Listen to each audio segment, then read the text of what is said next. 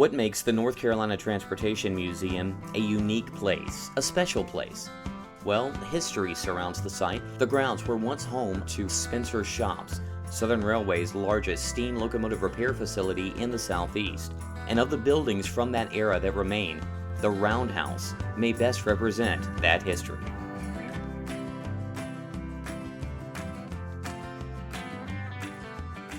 Merriam-Webster defines a roundhouse as follows: a circular building for housing and repairing locomotives.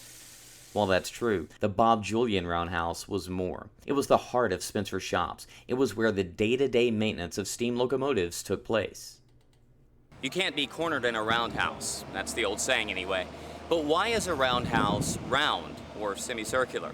Well, for one thing, it was an economical use of space, keeping 37 engines in a semicircular building as opposed to a square one. Also, these buildings were built to the age of steam engine travel, and steam engines were made primarily to move forward and seldom back up. Having a turntable in the center of that building spinning those engines around certainly helped that process. The Bob Julian Roundhouse, named for roundhouse foreman Bob Julian, was built in 1924, with 37 stalls surrounding a 100-foot turntable. The reason? Steam engines could only travel so far before repairs were needed, changing wheels, adjusting side rods, replacing springs and binders. So after each run, steam engines would be inspected, and any work that would take 2 days or less would happen in the roundhouse. Now, a roundhouse is not something that was unique to its time. Some 3,000 roundhouses once existed in the United States during the heyday of railroading. Today, Trains magazine says fewer than 200 exist. That number's probably closer to 150. If you search Wikipedia for the number of open and operational roundhouses, only 8 come up, and the Bob Julian Roundhouse, of course, is the largest.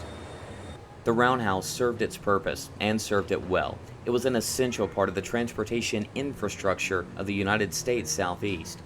And then, diesel engines began rolling into Spencer. Diesel engines needed less maintenance, could travel forward and backward with ease. They were bigger than steam engines in most cases. Southern Railway fully transitioned to diesel locomotives in 1953. While the roundhouse transitioned to repair diesel locomotives for a time, all work eventually moved to Southern's new facility in Linwood.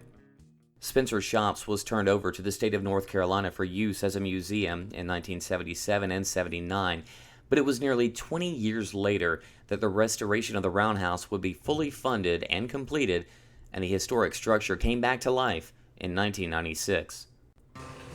Today, the Bob Julian Roundhouse is home to railroading exhibits of all types, including steam and diesel locomotives, rail cars, even trolleys.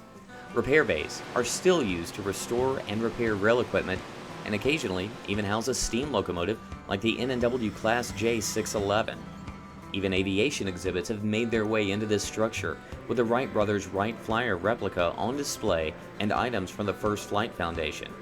Other historic equipment includes the Railway Post Office car, on loan to the museum from the Smithsonian, the U.S. Army Hospital car, and private rail cars owned by Charles Schwab and James Duke.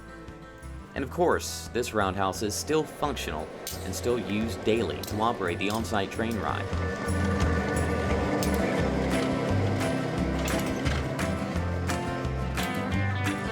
Roundhouses may be an endangered species, a thing of the past, a structure relegated to history. But history lives at Spencer Shops and at the North Carolina Transportation Museum, and history lives on in the Bob Julian Roundhouse.